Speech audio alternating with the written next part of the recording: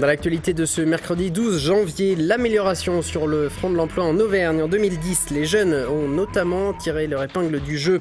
Le nouveau parti anticapitaliste joue cavalier seul pour les cantonales de 2011, à défaut d'accord avec le front de gauche. Et puis les espoirs de la perche auvergnate dans cette édition rencontre avec un jeune athlète local quelques jours avant l'événement Capital Perche. La situation de l'emploi s'améliore nettement en Auvergne. Les demandeurs d'emploi ont vu leur nombre baisser de 0,1% en un an. C'est peu apparemment, mais c'est quand même la première fois depuis 18 mois. Le chiffre du chômage en Auvergne est encore inférieur à la moyenne nationale qui se situe à 5%. La preuve, c'est la reprise de l'embauche dans certains secteurs auvergnats, y compris dans de grandes entreprises comme Michelin ou Vulcania. Le point sur l'emploi auvergnat avec Ariane Monfray et Philippe Robert. Ce sont les jeunes qui sont les premiers bénéficiaires de l'amélioration sur le marché du travail. Ainsi, le nombre de chômeurs de moins de 25 ans a diminué de 10,1% en un an. C'est 3 points de mieux que la moyenne nationale. Parmi les signes avant-coureurs de la reprise, la hausse de l'intérim. Avec un bond de 9,9% en octobre 2010, l'Auvergne se place au 3e rang des régions les plus créatrices de postes intérimaires, et ce dans tous les secteurs d'activité. L'emploi salarié a quant à lui augmenté de 0,3% au 3e trimestre 2010, soit la création nette de 900 postes dans notre région. Du côté de Pôle emploi, le nombre d'offres d'emploi collectées a augmenté de 14,1% entre janvier et novembre 2010. Des offres parfois difficiles à pourvoir dans des secteurs en tension comme l'hôtellerie et la restauration, la santé, certains métiers du bâtiment, la production et la mécanique automobile. Par ailleurs, de grandes entreprises locales comme Vulcania ou Michelin recrutent en 2011 1 millier de postes à Clermont et au Puy-en-Velay pour la manufacture et autant l'année prochaine. À son tour, le nouveau parti anticapitaliste se lance dans la campagne des cantonales de 2011. Cet après-midi, c'était la présentation des candidats qui ont décidé de jouer cavalier seul. Contrairement à leurs homologues de Haute-Loire, par exemple, ils n'ont pu parvenir à un accord avec le front de gauche. Mais ils rêvent, malgré tout en secret, de faire tomber Jean-Yves Goudbel, actuellement à la tête du département. Romain Duché. Une meilleure répartition des richesses sur le Puy-de-Dôme, voilà ce que réclame le NPA.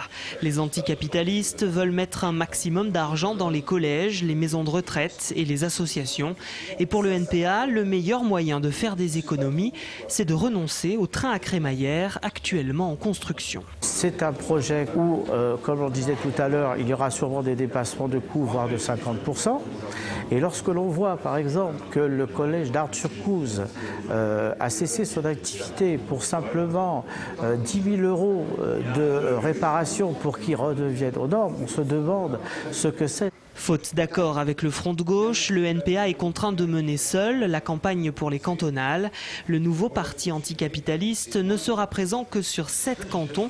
Sur Clermont-Ouest, Alain Lafont a décidé de se présenter pour défier Jean-Yves Goudbel, le président sortant du Conseil général. Ce canton est un canton, pour nous, symbolique. Il symbolise cette politique qui ne correspond pas aux besoins de la population du Puy-de-Dôme. Et cette politique qui est une politique de dépenses sans compter des deniers. Autre thème de campagne que le NPA compte bien développer, l'incinérateur. Alain Lafont est contre et il reproche à Jean-Yves Goudbel de ne pas avoir fait arrêter le projet via la révision du plan départemental de gestion des déchets. Le stadium Jean Pelez accueillera samedi la 2e édition de Capital Perche, un meeting entièrement dédié, comme son nom l'indique, au saut à la perche. Cette année, 300 perchistes sont venus de toute l'Europe, sont attendus. Parmi eux, Baptiste Boiry, un jeune espoir clermontois de 18 ans que Martial Delecluse a rencontré hier lors d'un entraînement. Plusieurs fois par semaine, c'est au guidon d'une mobilette d'un autre âge, millésime 1967, que Baptiste Boiry débarque au stadium Jean Pelez pour s'entraîner. Né à Clermont-Ferrand il y a maintenant 18 ans, ce jeune espoir de la perche française est l'un des protégés de Damien Innocencio, l'entraîneur du champion d'Europe Renaud Lavillenie. Une collaboration qui dure maintenant depuis 3 ans et qui semble donner totale satisfaction. Il arrive bien à associer déconnade et en même temps sérieux. Enfin, il entraîne bien tout en déconnant. Enfin, c'est son côté positif un peu. Avant de jouer dans la cour des grands, Baptiste Boiry, dont le record est de 5,11 m, perfectionne sa technique. Doté d'un petit gabarit, le jeune Clermontois qui mesure 1,70 m veut faire taire les mauvaises langues qui jugent sa taille trop limitée. Il préfère s'inspirer de l'exemple de Renaud Lavillenie, qu'il côtoie régulièrement à l'entraînement. Vu qu'il n'est pas de très grande taille aussi, je me suis rendu compte qu'il y avait que c'était possible et que physiquement des petits pouvaient aller très haut. Vraiment l'extrême, c'était Greg Duplantis qui mesurait moins d'1,70 m et qui a sauté quasiment 5,80 m. Donc c'est possible de sauter très haut en étant petit, mais il faut vraiment arriver très très vite et être très très fin sur perche. Et pour mettre toutes les chances de son côté, lors des prochains championnats d'Europe junior, prévus cet été en Estonie, Baptiste Boiry disposera bientôt de nouvelles perches adaptées à son gabarit. Avec elles, il espère exploser son record personnel et franchir rapidement 5,40 m. En bref, un mot de football, c'est désormais officiel. Le match de la Coupe de France qui opposera le Clermont Foot Auvergne au stade de Reims aura lieu le samedi 22 janvier à 15 h. Ce sera au stade Gabriel Montpied à Clermont. Les Clermontois tombeurs de l'AS Saint-Etienne au tour précédent tenteront de se qualifier pour les 8e de finale de l'épreuve.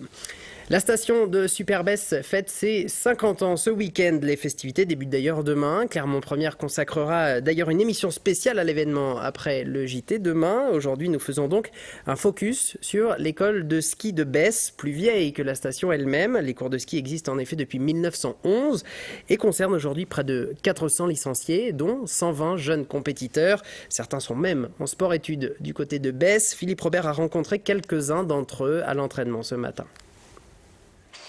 Ils rêvent tous d'être les champions de demain. Alors par tous les temps, les élèves du ski club de Besse gravissent la pente pour, dans le jargon du ski, manger du piquet. Un entraînement quotidien depuis plusieurs années. Ça serait bien de pouvoir y arriver, mais avant il y a des étapes. Avant ça, il y a le pôle France d'Albertville. Ensuite, il faut arriver à bien sortir dans les FIS. Les meilleurs d'entre eux ont déjà intégré le comité d'Auvergne, tout en restant fidèles au principe du ski club qui leur a permis de faire leur gamme. Les entraîneurs nous donnent l'impression de progresser, ils nous encouragent, ils nous disent ce qui va, ce qui ne va pas. Olivier est l'un des 3 entraîneurs de la section compétition. Avec passion, il les fait progresser tout en conservant un certain état d'esprit. Il y a un esprit bessard, c'est un esprit de convivialité, on disait de compétition aussi bien sûr, mais bon, et puis c'est un esprit montagnard, puisque même si on est en basse altitude, on est quand même dans les montagnes et voilà, il y a cet esprit-là de montagne qu'on peut retrouver chez les alpins et autres.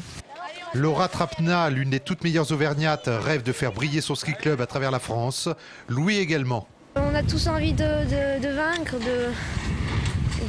on a tous envie de progresser, on est tous là pour progresser au niveau de ski. On sait qu'on représente notre ville, notre région et je trouve que c'est bien quand même.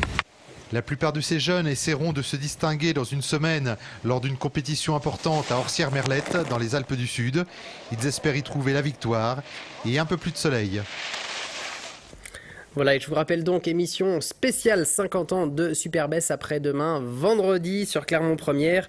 Sur place, à Besse, entouré de nombreux invités, Cécile Finot animera un dossier dédié à la station, à grand renfort d'images d'archives inédites en télévision. Ne manquez pas ce rendez-vous vendredi. Tout de suite, c'est la météo et l'invité de la rédaction.